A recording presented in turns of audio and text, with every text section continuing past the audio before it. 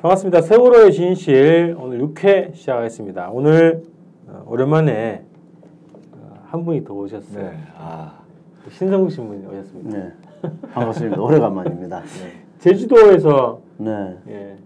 제주도에 한 20일 정도 예. 우리 어느 분이 집을 사셨는데 그 리모델링을 저에게 부탁을 해서 제가 가서 집수리를 말끔히 싹 해주고 왔습니다. 목수 활동하시는 거 아닌가요? 예, 그러니까 종합 건축이죠 저는.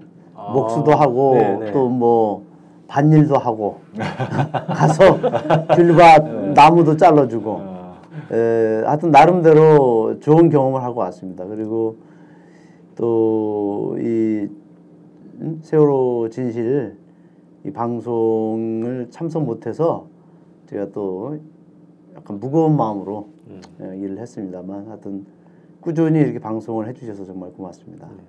우리 노동하는 우리 신부님 모시고 방송을 하고 있습니다.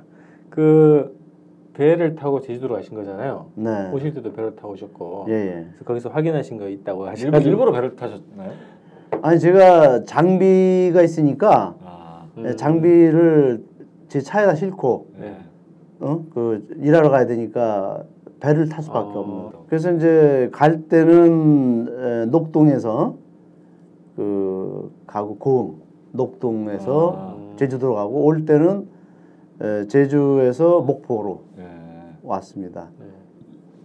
그래서 그 오면서 제가 우리 세월호 희생자들 또 아이들 생각하면서 그 이제 뭐 화장실 왔다 갔다 하다 보니까 그 이제 거기 이렇게 써 있더라고요. 그 비상 어떤 그런 신호에 대해서 쭉 그래서 그걸 봤더니 거기에 이제 그런 비상 사태가 났을 때 위급할 때는 그 비상벨을 어떻게 그게 이제 울리는 게 다 이게 사실 제가 이걸 이제 카메라 휴대폰 사진에다 찍어 갖고 왔죠. 근데 제가 왜 그걸 찍어 갖고 왔냐면 그 세월호 떠났을 때 동영상을 이렇게 기억해 보니까 그 비상벨이 울리지 않았던 것 같아요. 비상 신호음이. 그 아이들이 찍은 휴대폰 동영상에는 그런 게 안 들린다는 거죠. 안 들리죠. 그러니까 그 가만히 있으라 그 저기 안내 방송에 따라서 움직여 달라라고 그 어떤 선원들이 하는 얘기는 들리는데 그 긴급 신호음은 벨 소리는 듣지 못했거든요. 그래서 제가 그 한번 다 그 카메라에 담아왔어요. 그래서 이따가 한번 같이 봤으면 좋겠어요.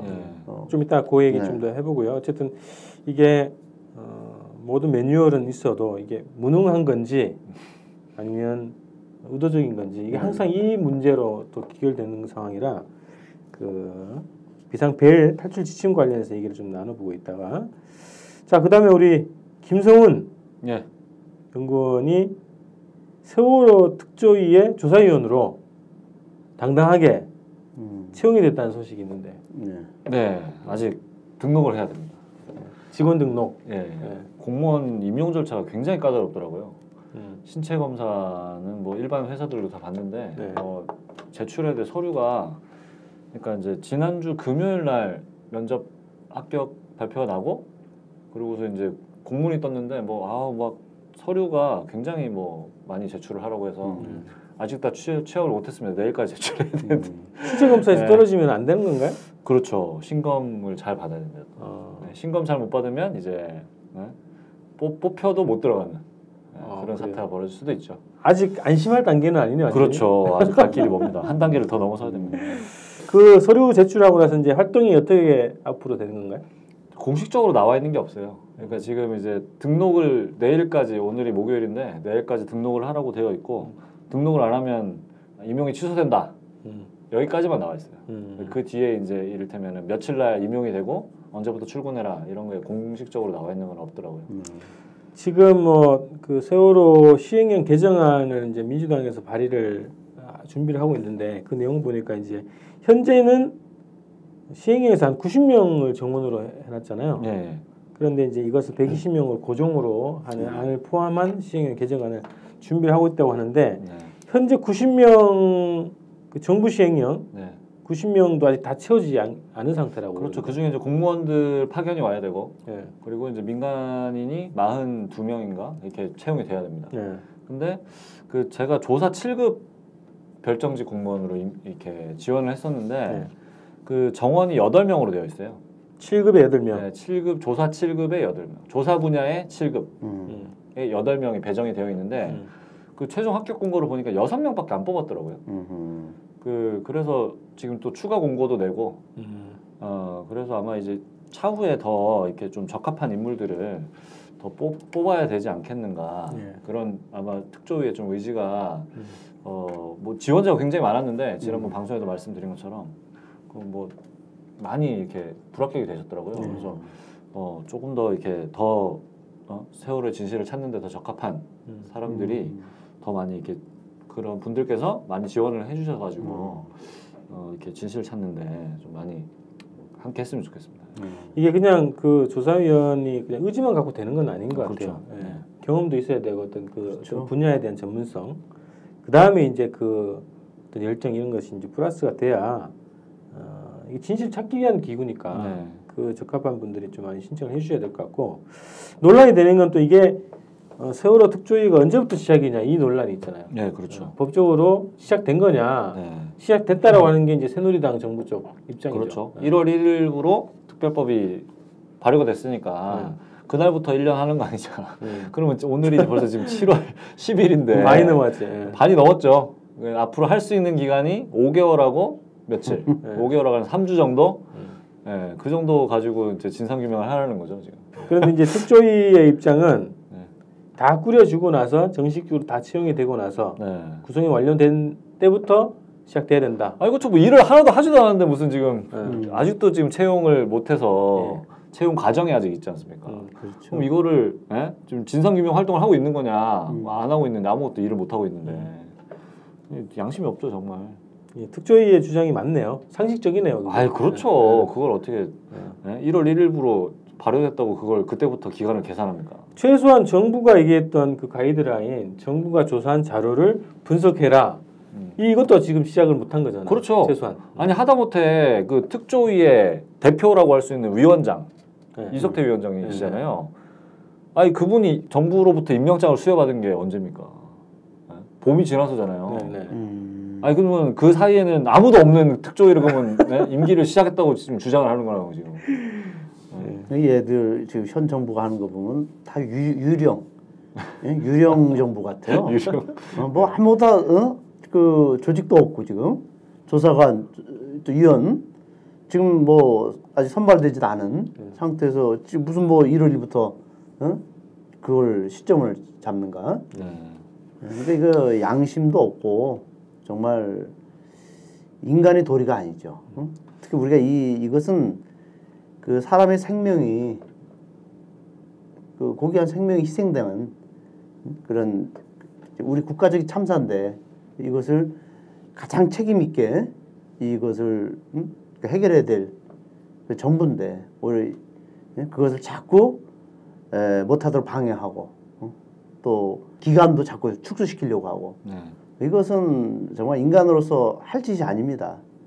어떻게든 방해 좀 해보려고 그죠. 네. 그것도 말도 안 되는 기한 줄이기 이런 걸로 좀 대응도 하고. 그런 얘기예요. 이제 정부가 없다. 근데 유일하게 정부의 기능이 살아 있는 거는 세금 걷는 거, 세금 걷는 거랑 방해하기. 그런 얘기가 있는데 어쨌든 그 조사위원 이제 하시면 공무원이 되시는 거예요. 그렇죠. 신체 검사 이제 뭐 보기에는 건장해서 통과할 것 같긴 한데 볼만했습니다. 이제 되시면 이제 그 별정직 공무원이 되는 거거든요. 그래서 방송을 나오기가 어렵지 않을까 예상이 그렇게 되거든요. 어쨌든 또 방송 나오면 또 종편에서 또 할 수도 있어요. 이 조사원이라는 사람이 방송 나와가지고 이런 얘기한다. 그렇죠. 이 매체가 종북 매체인데 뭐 이런 식으로 할 수도 있고 그런데 그래서 공무원 신분이 되기 때문에 방송은 아마 출연이 어려울 것 같다. 그래서 저희가 이제 오늘 이제 마지막 방송이 될 것 같아요. 그래서 오늘 열심히 하시고 저희가 또 별도의 대책을 세워서 방송 이어가도록 하겠습니다. 자 조사위원으로 조사관이죠 관. 정확히 잘 모르겠네요. 그래요? 조사위원이면 좀 약간 결정하는 단위 같고 조사관이면 진짜 실무적으로 별정직 7급 공무원입니다. 자, 그래서 우리 유가족들의 뜻을 잘 받아서 국가 의무를 잘 받아서 활동 열심히 잘 해주실 거라고 믿습니다. 그 세월호 관련 소식인데요. 4.16 연대 그 4월 16일에 약속 국민연대라고 하는 것이 정식 명칭인데 여기서 약칭으로 4.16 연대예요. 이게 이제 6월 28일 날 이제 공식 출범을 했어요. 그 전에 이제 뭐 압수수색도 당하고 또 그 관련 운영진 분들이 또 개별 핸드폰, 차량, 뭐 집, 사무실 이제 압수수색 당하는 그런 사건이 있었는데 어쨌든 꿋꿋하게 이겨내면서 이제 공식 출범을 했습니다. 그래서 이게 4월 16일 세월호 참사 진상규명 운동 그리고 안전사회 건설 운동이 이제 전 국민적 운동으로 확산되는 계기로 보여지는 그런 소식입니다. 그 뭐 압수수색 할 때 황교안 총리 인준된 지 하루 만이었나요? 그다음날 그 다음날 바로 그냥 1번으로 한 게 4.16 연대 압수수색이었어요. 그래서 황교안의 첫 번째 임무는 세월호의 진상을 막아라, 덮어라 이제 이런 임무 같아요. 왠지 국무총리가 와가지고 공무원 임용 못하게 할 것 같습니다. 위험하네 지금 공무원인데. 자, 그 다음에 이제 시행령 개정안 서명운동을 진행을 했어요. 그 우리 4.16 연대 차원에서 진행을 했고 그것은 이제 청와대에 접수하려고 싸웠는데 결국 이제 접수가 안 된 상황입니다. 39만 8천 명. 한 달 좀 넘었을걸요? 많이 이 서명운동 시작한 지가. 그런가요? 짧은 기간에 진행했어요. 그래서 굉장히 많은 분들이 하셔가지고 이제 청와대 접수 투쟁을 했는데 결국 이제 앞에서 접수는 안 됐고 접수를 거부를 했죠. 자, 이제 이게 또 그것과 좀 연결되는 것 같아요. 국회법 개정안 문제하고 연결돼 있는 거죠. 그래서 뭐 지금은 언론은 뭐 최민년의 항의 규탄 목소리는 이만큼 나오고 주로 유승민이 민주투사가 돼가지고 박근혜하고 대립각을 세운다 이런 거를 지금 초점이 가 있는데 결국 본질은 국회법 개정안의 본질은 세월호 시행령을 세월호 특별법의 취지에 맞게 개정할 수 있는 길 자체를 막아버렸다. 이걸로 봐야 되겠죠. 그죠. 그러니까 사실은 박근혜 대통령이 이거를 그렇게 막 자기 당 자기 출신 당인데 당원이잖아요. 새누리당 당원. 자기 당을 당연히 원내대표 보고 완전 거의 뭐 사실상 쌍욕을 한 거죠. 정치 그만둬라 그냥 막 이렇게까지 얘기를 하면서 국회법 시행령 개정안을 이렇게 거부권을 또 행사를 했지 않습니까? 그 원인이 뭐겠냐? 결국에는 7시간 때문 아니냐 이거죠. 지금 7시간 이거 지금 밝혀지는 게 안 되니까 유승민 원내대표한테 그냥 막 쌍욕하면서 이렇게 한 거 같다고 저는 생각을 합니다. 7시간 때문에. 그걸로 이제 비춰봤을 때는 박근혜 대통령이 그날 어디에 있었고 무슨 일을 했는지 세월호 사건과 어떤 관련이 있는지에 대해서 새누리당 상당수 국회의원도 모르고 있다. 그렇죠. 알 수 없죠. 사실 1급 비밀인데.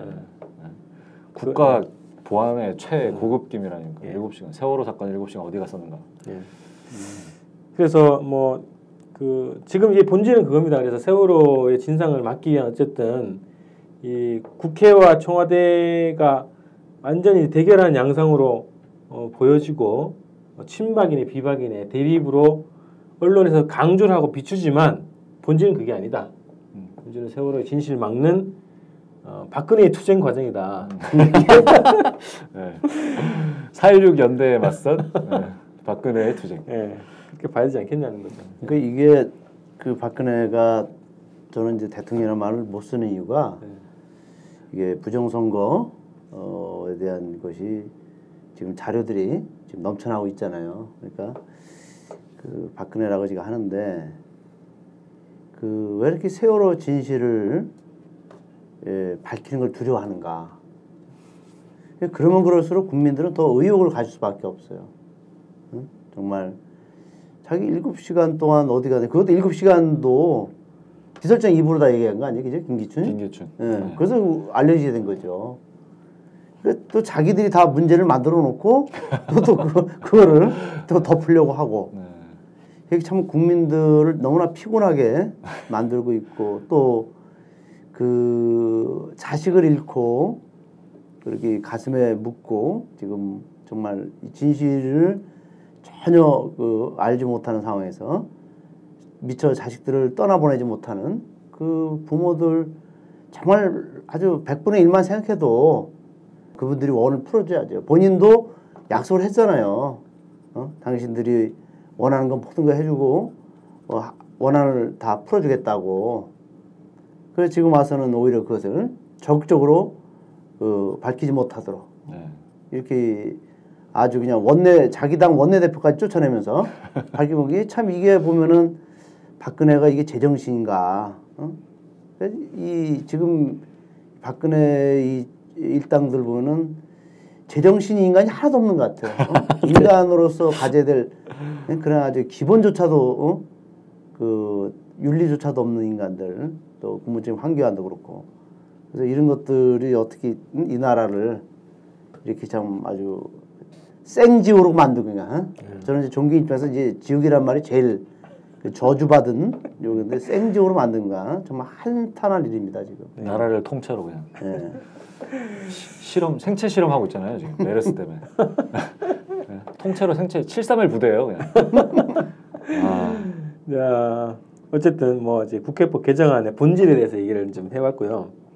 자, 그 다음에 이제 세월호 운항 관리자들이 이제 특채를 시키려다가 일단 약간 제동이 이제 걸린 건데 그 한국해운조합에 소속되어 있는 운항 관리자들 이분들이 이제 주로 하시는 일이 뭐 선박의 안전, 고박 뭐 그죠? 이런 거에 대한 책임지시는 분들인데 이런 분들을 선박안전기술공단이라고 하는 공단에 대거 이제 채용하려고 그러다가 일부를 이제 임용 보류시키는 그런 뉴스가 있어요. 처음에는 다 임용하려고 그러다가 30명이었나요? 세월호 사건으로 재판을 받고 있는 35명 가운데 2명을 제외하고 33명을 임용하고 이 가운데 금고 이상 형을 받은 3명은 임용 뒤에 대기 발령하기로 했었는데 이제 8명을 이제 금고 이상이 아니라 벌금 이상을 확대를 좀 해가지고 이 대상자를 8명은 이제 보류를 했다는 거죠. 거의 뭐 구제금융이네요, 구제금융. 그렇죠. 그래서 이게 우리가 이제 지금 한국해운조합 그러면 이제 그런 기능을 하는 곳이라고 이제 작년에 이제 알게 됐잖아요. 근데 이제 여기 있는 사람들이 재판을 받고 형을 받은 분임에도 불구하고 다시 또 공단에 재취업을 시켜주는 거예요. 승계해주는 뭐 그런 것 같은데요. 거의 뭐 고용 승계를 알아서 해주는 정부가 나서가지고. 그래서 그 정부 그리고 정부 기관들이 세월호 사건을 어떻게 보는가의 이제 대표적인 그 현상인 것 같고요. 정말 아니한 시각이 그대로 드러나는 것 같습니다. 만약에 이제 이 사건이 뭐 고박 불량 이런 것이 정말 기본적인 원인이었다 그러면 이분들은 이보다 더 강한 처벌을 받아야 되고 공공기관에서 재취업을 할 수가 없는 거죠 원래는. 그렇죠. 그 관련된 일을 하지 못하도록 해야죠. 그렇죠. 지금 사람이 몇 명이 죽었는데 그리고 지금 여전히 진상규명이 이루어지는 과정이고 명확하게 사고 원인이 과학적으로 정리가 안 됐잖아요. 그럼 이제 고박이 원인이 됐을 수도 있고 그 뭐 다른 운항 관리가 핵심적으로 잘못돼가지고 이 사람들이 주범으로 몰릴 수도 있는데 그걸 지금 불명확하게 뭡니까 진상규명이 아직 진행 중인 상황에서 이 사람들을 그냥 공단에다가 대거 그냥 통째로 그대로 들어서 여기 옮기는 거잖아요. 그것도 선박 안전기술공단. 아니 그러니까 공단에서 이거를 채용을 한다는 것 자체가 진짜 비상식적인 거죠. 그래서 이제 이게 그 정부기관이 이제 세월호 사건을 실제로는 뭐 조타 미수, 고박 불량 뭐 이런 걸로 이제 주요 원인으로 지정을 하는데 실제로 이렇게 시행되는 활동을 보면 그렇지 않다는 거예요. 그런 것도 볼 수 있는 거. 또 하나는 그 해운조합 얘기가 나오는데 우리가 또 주목해봐야 될 조직이 해양구조협회예요. 해양구조협회. 해양구조협회가 초기에 뭐 해경들의 그 퇴임 이후에 활동할 수 있는 뭐 먹고 살 수 있는 그런 곳이 아니냐. 그래서 온갖 비리의 온상이다 이런 주장이 있었잖아요. 그래서 뭐 서로 이제 직책을 나눠갖고 어떤 뭐 사고 났을 때 서로 연결시켜주는 이런 역할까지 했다고 이제 얘기를 했는데 해양구조협회가 해경은 해체되는데 해양구조협회는 그대로 있단 말이죠. 그렇죠. 네. 그것도 산하기관이잖아요. 네. 네. 정부 공식. 그래서 이것도 이제 이해할 수 없는 거죠. 산하기관이면은 반드시 연결돼 있는 거죠, 인적으로도. 그러니까 그 해양구조협회가 생김으로 해서 그 구조 활동이 원래 해경이 다 전담하기도 하도록 되어 있는 거를 민영화한 거잖아요. 네. 그러니까 민영화를 하면서 이게 사실상 그 중간에 언딘이라든지 이런 여러 가지 언딘이 개입을 하게 되고 언딘과 해경 사이의 어떤 알력, 그다음에 청해진 해운과의 관계 여러 가지로 알력 다툼이 벌어지게 되고 그러면서 구조가 지연됐다라는 게 정황상 다 드러나는데 그거를 그럼 구조 활동에서 굉장히 커다란 그 문제를 일으켰던 구조가 그대로 남아 있는 거죠. 구조 활동에서 이 구조 활동의 민영화로 인해서 사람들이 골든 타임에 구조 받지 못하고 네? 그 사람들이 다 이렇게 수장이 돼버렸는데 지금 그 구조를 그대로 놔둔다는 얘기는 그 앞에서 그 운항관리자 특채한 거랑 지금 정부의 인식이 여전히 똑같은 거다 지금. 그 해경도 마찬가지예요. 해경도 해체를 어떻게 당하긴 했는데 간판만 바꾼 식이잖아요. 그대로 옮긴 거죠 네. 사실. 네. 뭐 해경 해체한다고 했을 때 사실 그게 뭐 말이 되냐. 네. 해체할 수 있는 거냐 이걸 과연. 어차피 그 일은 누군가 해야 되는 거고. 애초에 그런 그 조치 자체가 말도 안 된다라는 주장이 사실은 많았죠. 네, 그게 당연히 사실 뻔하게 뭐 제가 봤을 때는 간판만 바꿔다는 게 사실 기정사실화 되어 있는 상태에서 뭐 그런 얘기를 했던 것 같은데. 네. 그래서 이제 이런 조직을 보면 이제 국민들 이제 눈속임을 하는 거거든요. 세탁을 시켜준 거예요. 그런데 또 하나 세월호 진실 규명 차원에서 딱 보면 정부가 공식적으로 발표를 그렇게 했지만 고박 불량 뭐 조타 미수를 했지만 실제 사건의 본질은 그게 아니라고 온몸으로 지금 보여주고 있는 거거든 정부가. 그렇죠. 네. 그러니까 해경 같은 경우 예를 들면은 그 해체를 한다고 얘기하는 게 자극적이잖아요. 해체한다 그러면 공중분해하는 것도 아니고 어차피 그 사람들 다 그걸로 해체했다 재조립. 아 그러니까 해체한다고 선언을 하고 이거를 그냥 그대로 간판만 바꿔달라 지금 그대로 유지를 하고 있는데 실제로는 강화해야 맞는 거죠. 당연히 강화. 예. 그렇죠. 그러니까 일반을 100개 하고 거기 책임자들 그잖아요. 지금 거기 책임자들 중에 처벌받은 사람 몇 명이나 됩니까 사실. 그러니까 책임자급들이 다 정리를 하고 일벌 100개 한 다음에 그 시스템을 강화해야 맞는 거죠. 당연히 해경을 강화하고 그래야지 안전사회가 되는 거잖아. 자, 그 다음에 이제 그 세월호 선체를 지금 유가족들이 직접 수중 촬영하겠다고 이제 나섰었는데요. 지난 이제 7일입니다. 7월 7일 날 그 팽목항으로 가셔가지고 그 유가족들이 11개월 정도 방치가 돼 있죠. 그렇죠. 그때 이제 그 종료를 선언하고 나서 12개월 동안 상태가 어떤지 전혀 몰라요. 그 시신 유출 방지 대책이 어떻게 되고 있는지 무슨 뭐 펜스를 쳤다 뭐 이렇게 얘기를 하고 있는데 그게 상태가 어떤지 배의 상태는 어떤지 인양을 앞두고 아무 얘기가 없단 말이죠. 그래서 직접 유족들이 민간 잠수사분들을 이제 고용을 하셔가지고 촬영을 시도했는데 해수부가 또 막았습니다. 촬영 못하게 했죠. 아니 그걸 자기가 유가족들이 그거를 자비를 들여가지고 지금 정부에서 해줘도 관리를 해줘도 모자랄 판에 그걸 자비를 들여서 하겠다고 하는데 그걸 막습니다 지금. 그게 참가했던 분이 이제 페이스북에 글을 올렸어요. 선체 이제 수중 촬영을 이제 시도를 하려고 하니까 그동안 촬영한 게 없었다고 얘기하던 정부 측에서 88 수중 개발이라고 거기서 수중 촬영한 영상을 줬다는 거 아니에요. 아, 그 구조 군할 업체 아니었나요? 88 그렇죠. 수중. 예. 구조 활동에 참여했던 업체. 그래서 그 개발이 수중 촬영을 했던 자료가 있다는 거였어요. 그래서 계속들이 가지고 있었다 정부가 몇 차례 요구를 했는데 그거를 안 주다가 이번에 이걸 불허하고 나서 이제 자료를 제공했다는 거죠. 그런데 그게 언제 촬영된지는 확인이 좀 필요할 것 같은데 현재 상황에 대한 수중 촬영은 필요할 것 같아요. 소나 뭐 이런 것도 필요하고. 그렇죠. 선체 촬영을 해야죠, 빨리. 그래서 이미 벌써 이제 뭐 정부 측은 인양 발표를 해놓고 그대로 어떻게 진행되는지 별로 알려진 게 없거든요. 네. 그러니까 거기 펜스라는 게 되게 허술해요. 그 얘기를 들어보니까 그러니까 이게 이를테면 유리창이 깨져 있어요. 이렇게 유리창이 깨져 있는데 거기를 연결을 하는데 그 물속에서 나사로 다 조이지 않습니까? 볼트 너트를 이용해가지고.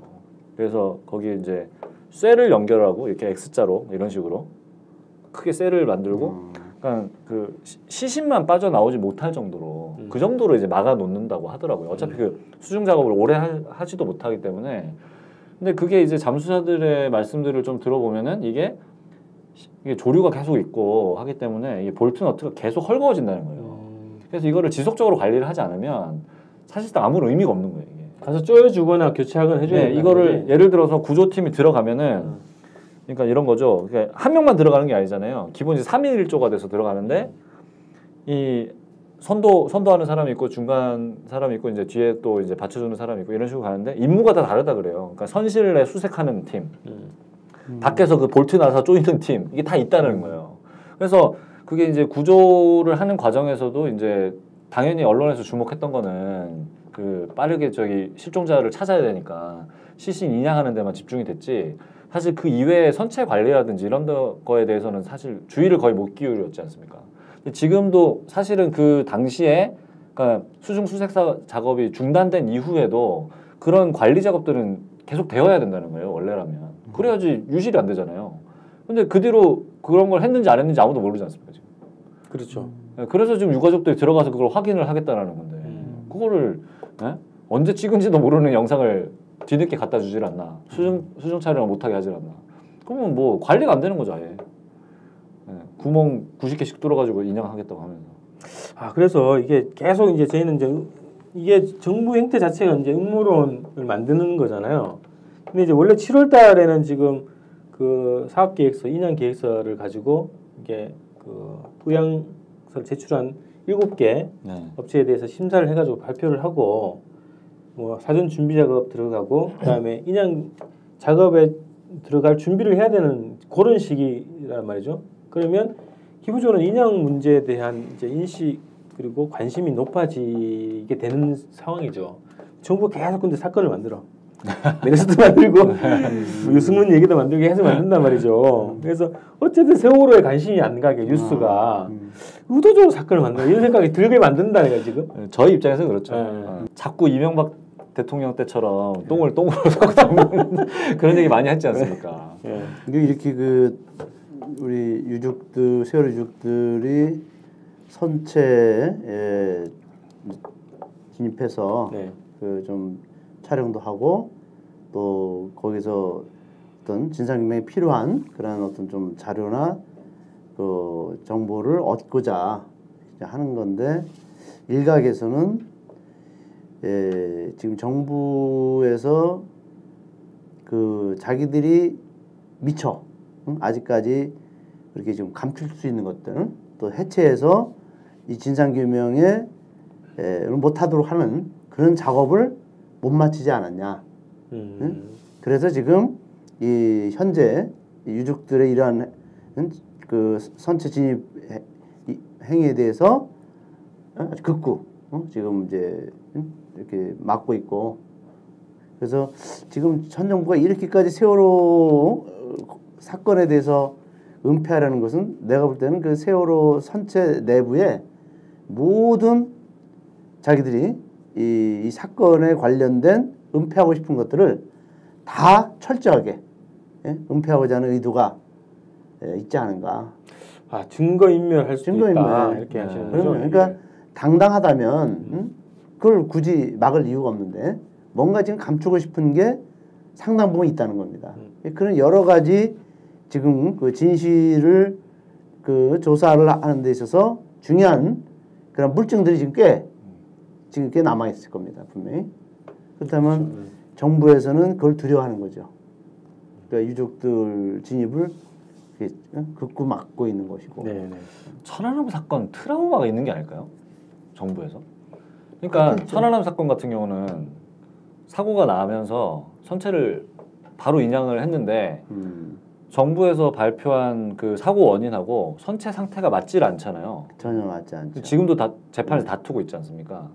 그러니까 이게 선체가 온전하게 딱 인양이 되어 버리니까 재판 과정에서 계속 다툼이 발생하고 정부의 조사 결과가 인정이 안 되는 재판부에 의해서 말이 안 되니까 어뢰가 폭발했다고 하는데 배 모양은 전혀 그런 게 아니에요, 그죠? 그러니까 계속 이런 상태가 되니까 세월호를 완전히 그냥 바닷속에서 그냥 온전한 상태로 인양하지 않고 하는 게 아니라 완전 다 부식된 상태로 그냥 왠지 또 그런 생각도 들더라고요 저는 천안함 재판 과정을 보니까 그 이제 배 수리하시는 분들 배가 이제 그 운항 중이거나 정박 중에 좀 펑크가 나가지고 배 밑이 이제 뚫어져가지고 그렇죠. 물이 들어온다 이런 거 있잖아요. 이런 거를 긴급 투입돼 가지고 수리하시는 분들이 있어요. 파공. 네, 그런 분들 얘기 들어보면 물 속에 들어가 가지고 땜질을 다 한다는 거야 이렇게. 그리고 색칠까지 다 한다는 거예요. 물 속에서. 그래서 물 속에서 충분히 그런 작업들이 가능하다는 거예요 기술적으로. 그래서 그런 의심이 들 수 있다는 거예요. 저는 했다고 얘기하지 않고 가능하다 얼마든지. 그렇죠. 예를 들면 하단에 어떤 구멍이 나 있다 그러면 그거를 땜질을 할 수 있는 기술이 충분하다는 거예요. 근데 마음만 먹으면 그렇게 가능하다는 거죠. 그래서 국구 이제 현장을 가로막은 이유가 더욱더 그런 의심이 들게 만드는 거죠. 네, 그렇죠. 그러니까 천안함 재판 과정을 보면은 계속 그런 생각이 저는 계속 들더라고요. 정말. 재판에서 다 부인되니까 정부의 주장이. 결국에는 이게 다 이제 정부가 거짓말했다 이렇게 재판이 결론이 날 판인데 지금 상황 자체가. 네, 그렇게 가고 있죠 지금. 지금 그 해양수산부 이번에 그 선체 촬영 방영을 한 게 네, 해수부가 해경에다가 공문 보내가지고 그 이 정부 부처가 이렇게 아주 강하게 나온다는 것은 저는 그 박근혜가 이 세월호에 대해서는 경기를 느낀다는 거죠. 그러니까 아주 그냥 그 철저하게 이것을 진상을 원하지 않는다는 그 메시지가 이제 이 부처의 그 장관들에게 다 전달됐고 장관들은 그렇기 때문에 목숨을 걸고 아주 이 다 일사불란하게 어떻게든 막아야 된다. 네, 막아다. 결국 그렇게 많이 해석이 안 되는 거죠. 맞습니다. 점점 그게 더 확신이 드는 상황이고요. 그 다음에 이제 우리 신부님께서 그 제주도에서 목포로 오는 배인가요? 네네. 화물도 싣고 그다음 일반 이제 여객 승용차죠. 화객선. 화객선인가 그게? 그것도 로로선이죠. 로로선. 그래서 이렇게 뒤에 이제 문이 열리는 그렇죠. 거기로 이제 차를 싣고 그렇게 해서 오신 거잖아요. 그렇죠. 그 배를 타시고. 그 제가 탄 배는 시스타 크루즈. 저희가 그때 보여드렸던 거군요. 이 배가 그 톤수가 가장 큰 톤수예요. 세월호가 6,825톤입니다. 그러니까 두 배가 훨씬 큰 배인데 시스타 크루즈를 타고서 거기에 그 비상 탈출에 대한 그 지침을 사진으로다가 찍어 왔는데 탈출하게 되면은 비상 벨이 이제 울리게 돼 있죠. 그러면은 배 안에 있는 사람들이 전원 그 배로부터 탈출해야 된다. 그 비상벨을 그 장음으로 장음으로다가 이렇게 울리게 돼 있어요. 연속해서. 그러니까 선원이 그거를 배를 눌러야 이게 작동을 하는. 그렇죠. 신호죠. 신호예요. 모르스보 같이 그런 겁니다. 그래서 이 전원 퇴선을 위한 신호음은 장음을 계속해서 넣어줘야 돼요. 그러니까 이게 단음과 장음이 있는데 선원 모두가 탈출할 때까지 그 장음이 끊어지면 안 돼요. 빽빽.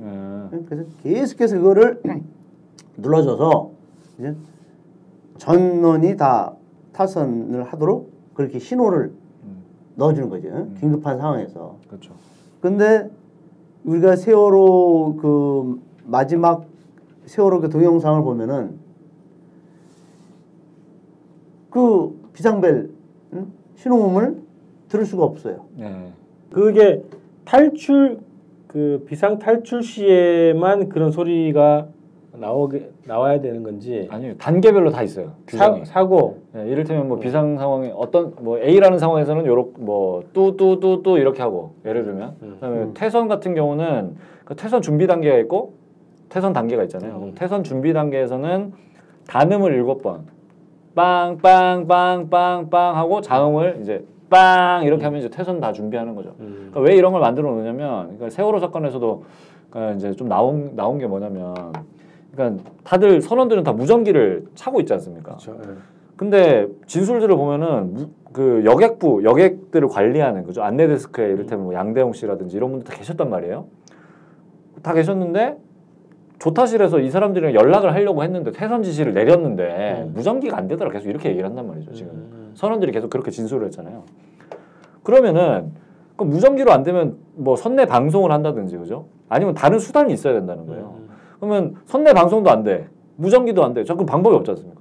그럼 이제 비상조치로 당연히 그 선내 전체에 알릴 수 있는 그 선원이라면 누구나 알 수 있는, 그리고 그게 그런 신호를 약속을 해놓고, 그리고 이제 그 객실에 다 붙어 있어요. 객실뿐만 아니라 중요한 홀이라든지 그죠? 사람들이 모이는 공간에는 그게 다 붙어 있어가지고 안내문으로 아 이런 소리가 나면 다음과 같은 지시대로 하세요라는 게 다 붙어 있다는 거죠. 그래서 이제 이게 사실은 어떻게 된 거냐면 조타실에 가면 시스템 배전반이라는 게 있습니다. 그래서 여기에서 그 레버가 있어가지고 이걸 다 수동으로 조작을 할 수도 있고 배를 또 누르면 자동으로도 되고 이런 기능들을 갖추고 있는데, 그러니까 선원들이 퇴선을 언제쯤 하냐면 9시 한 37분에서 한 42분 요 사이가 되면은 다 배에서 다 선원들은 나와버리잖아요. 그 뒤에 배가 침몰할 때까지 또 한 30분 정도의 시간이 있고, 그래서 배가 급격하게 기울어가는 과정에서 선원들이 먼저 다 빠져나오면서 최소한 그러면 퇴선 지시를 했으면 이거를 그 자기들이 지나오는 과정에 있다는 거죠. 조타실에서 이 사람들 밖으로 나오지 않습니까? 영상을 보면. 근데 그 옆에 지나올 때 배전반이 보여요. 이렇게. 그럼 누르고 나오면 되는 거예요. 밧줄 타고 내려올 때. 아, 예. 누르고 나오면 되는데 그걸 안 했다는 거예요. 그게 어디 나오냐면 이게 재판 기록에 있더라고요. 이게 세월호를 기록하다라고 시민기록위원회 작가기록단 단장님이 오준호 씨인데 이분이 이제 기록을 다 하신 거예요. 그래서 여기에 제가 보니까 선원들이 마지막으로 퇴선하면서, 그러니까 9시 한 40분경에 다 퇴선을 하면서 그 고무단정에 다 타잖아요. 1, 2, 3정이 쫙 직선으로 가서 선원들을 다 태우고 가는 과정에 옆에 보면 다 있다는 거예요. 이게 시스템 배전반에 가스레인지 손잡이처럼 생긴 비산벨이 있다. 그래서 이게 벨트처럼 네, 이게 재판에서 다루어졌어요. 이게 그래서 그 이것으로 선내 전체 배를 울릴 수 있는데 짧게 7번을 돌리고 길게 1번 돌리면 퇴선 신호랍니다. 그래서 이거를 하고 나오면 되는 거예요. 나올 때. 네, 근데 이걸 안 했다는 거죠. 원래는 그거 하고 나서 승객들이 다 나오고 나서 자기가 마지막에 나와야지. 선원들이. 그렇죠. 퇴선 순서는 그렇고. 그러니까 이 사람들이 위급함을 이미 다 알고 있고 배가 기울어가는 걸 아는데 퇴선 지시를 했다고 했단 말이에요. 이준석이. 선장이 퇴선 지시를 내렸고 재판은 1심에서 그게 인정이 됐어요. 그렇죠. 그러면 이걸 안 할 이유가 없는 거예요. 그죠? 맥락상. 아니 퇴선 지시를 내렸고 퇴선을 다 하면 되는 건데 그걸 나올 때 이것만 누르고 오면 되는 거잖아요. 자기들이 그건 먼저 나간 건 당연히 잘못이지만 그러면 최소한. 아니 남은 사람들 왜 안 알려주냐고 이걸. 그러면은 이게 두 군데가 있다는 거예요. 시스템 배전반에도 있고 조타실을 딱 벗어나면은 윙브리지라고 하는데 그게 이제 그 밖으로 나가는 복도예요. 복도. 그 복도에도 있어요. 비상벨이. 그 딱 누르고 나오면 되는 건데 그걸 안 했다는 거지. 그 매뉴얼을 보면은 퇴선 준비를 먼저 해줘요. 퇴선 준비를 시키는데 단음을 7회, 장음을 1회를 해요. 준비를 시킵니다. 그러니까 뚜 7번 하고 그다음에 장음으로다가 뚜 하고서는 해줘요. 그다음에 총원이 이제 퇴선 그러니까 전체인 사람들이 그러면 이제 아까도 얘기했지만 장음 연소. 그러니까 마지막 한 사람이라도 떠날 퇴선할 때까지 그죠? 계속해서 그걸 눌러주는 게 그 장음으로다가 선원들이 그걸 해줘야 된다. 해줘야 되는 거죠. 그러니까 이번에 우리가 동영상 우리 아이들이 촬영한 그런 그 휴대폰 동영상이나 이런 여러 가지 이걸 봐도 이런 그 비상벨 이 신호음을 저도 듣지를 못한 것 같아요.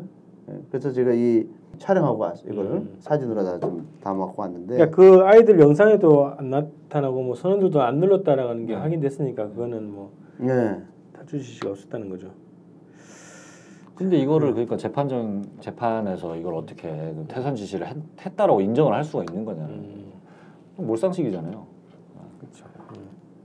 자 다음 소식이 있는데요. 저희 세월호의 진실 이 방송에서 국정원 얘기가 빠지면 방송을 안 한 것으로 맞습니다. 저희는 치고 있습니다.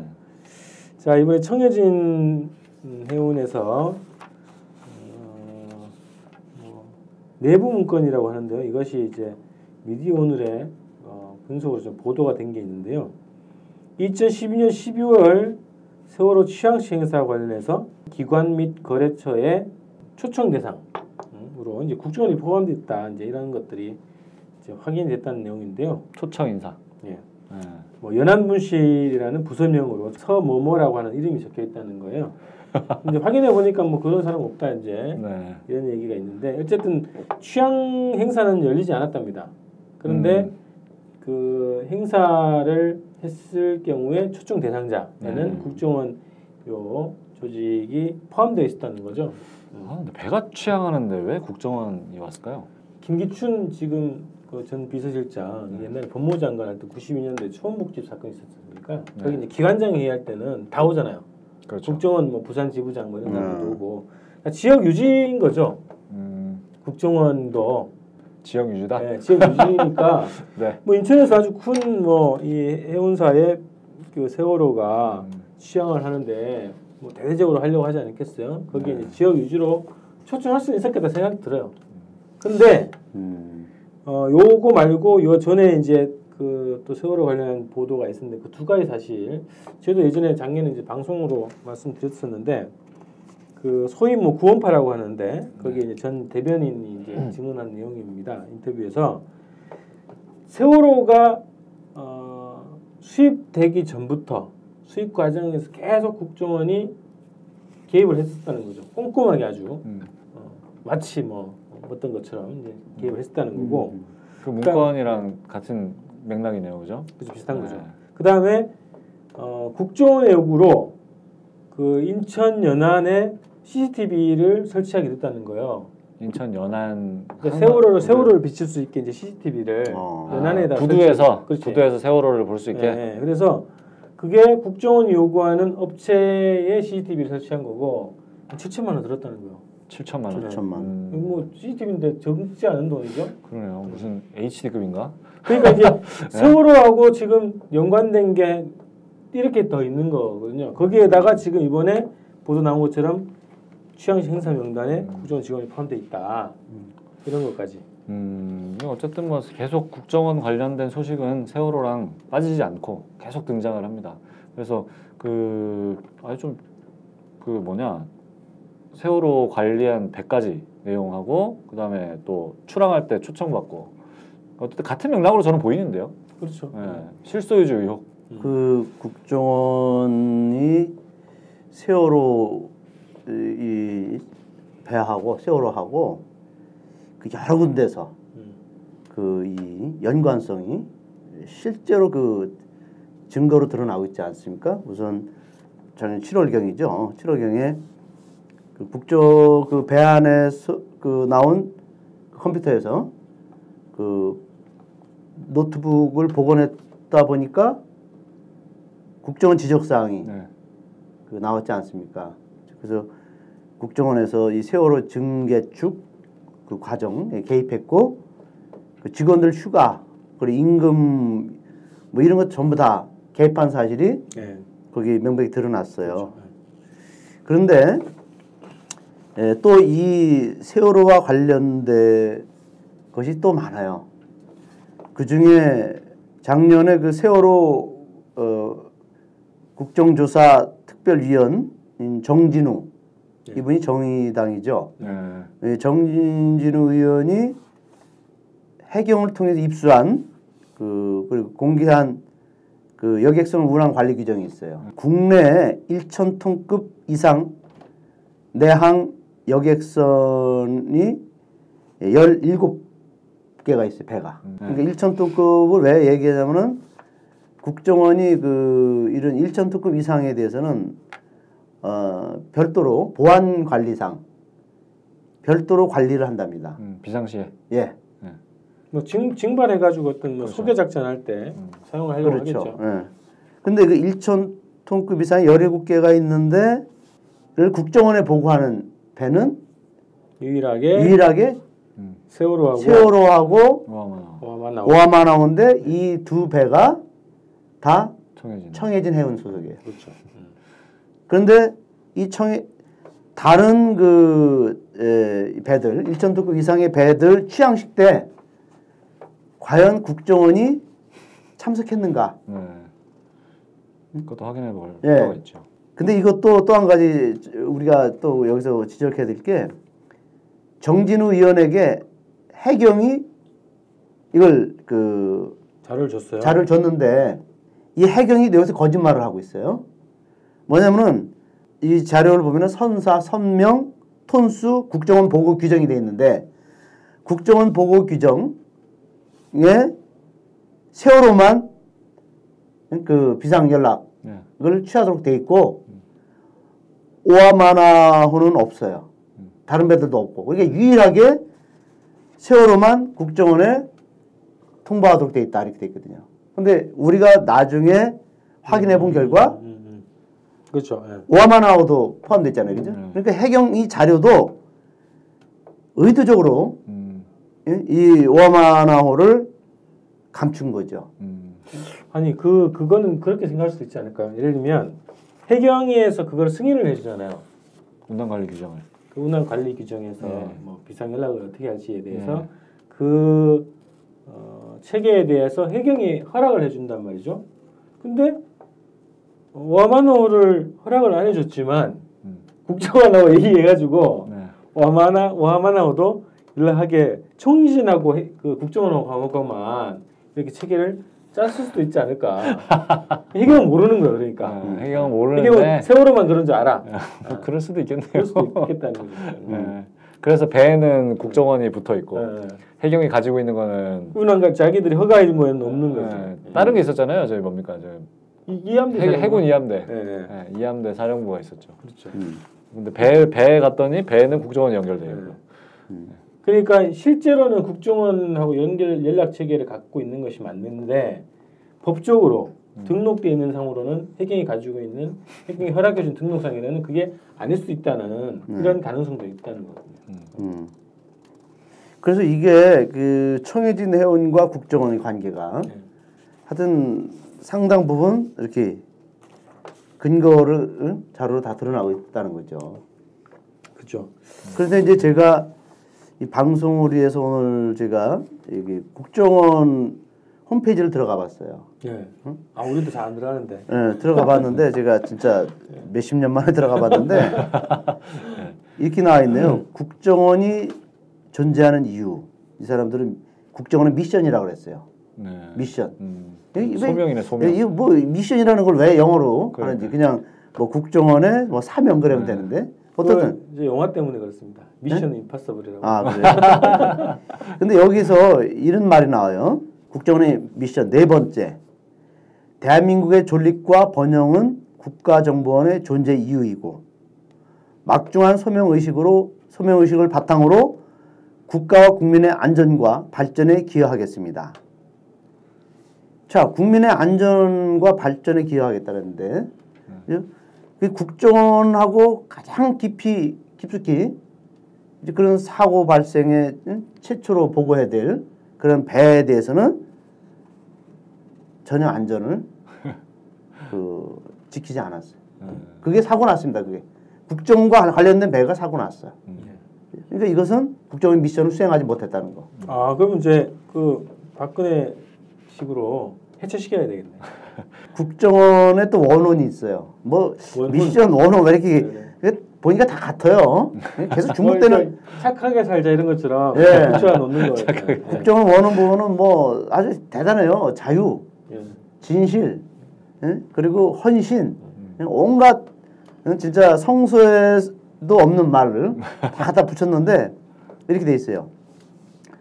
항상 자신보다는 국가와 국민을 먼저 생각하는 멸사봉공의 자세로 혼신을 다해 국가 번영과 국민 안전에 기여하겠습니다. 이 세월호 참사를 보면은 정말 국정원이 무슨 역할을 했는가? 국민 안전을 위해서 뭘 했는가? 뭘 했습니까? 멸사봉박이네요. 멸사봉박. 멸사봉박. 예. 그래서 이 부분을 국정원이 아직까지 명쾌하게 해명하지 못하고 있어요.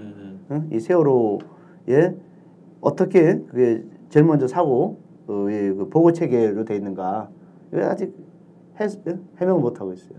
그래서 이 박근혜가 계속 이 사건 세월호 참사에 대해서는 그렇게 어떤 진상규명을 외면하고 또 아주 적극적인 거부 반응을 일으키는 것이 과연 뭔가 지금 감출 수밖에 없는 그런 무슨 기관이 있지 않은가? 예? 어떤 기관이 그렇게 왠지 해석이 안 돼요. 왜 이렇게 숨기려고 하는가? 숨기기를 좋아하는 기관. 예. 그래서 국정원이 또 하나 이제 더 추가됐어요. 세월호 사건과 연관성을 의심할 수 있는 내용이 하나 더 추가되는데 앞으로 이제 뭐 계속 나올 것 같은데요. 자, 이렇게 국정원 관련한 얘기까지 마무리하고 세월호 진실 1부를 마치도록 하겠습니다. 자, 세월호 사건의 진실을 찾는 시대의 징표 특별판을 매주 방송하고 있습니다. 방송 제작을 위해서 누구나 후원할 수 있습니다. 후원 계좌번호는 외환은행 620-237935-683 외환은행 620-237935-683 예금주는 신성국 신부님입니다. 여러분들의 후원과 응원으로 이 방송을 열심히 시작하도록 하겠습니다.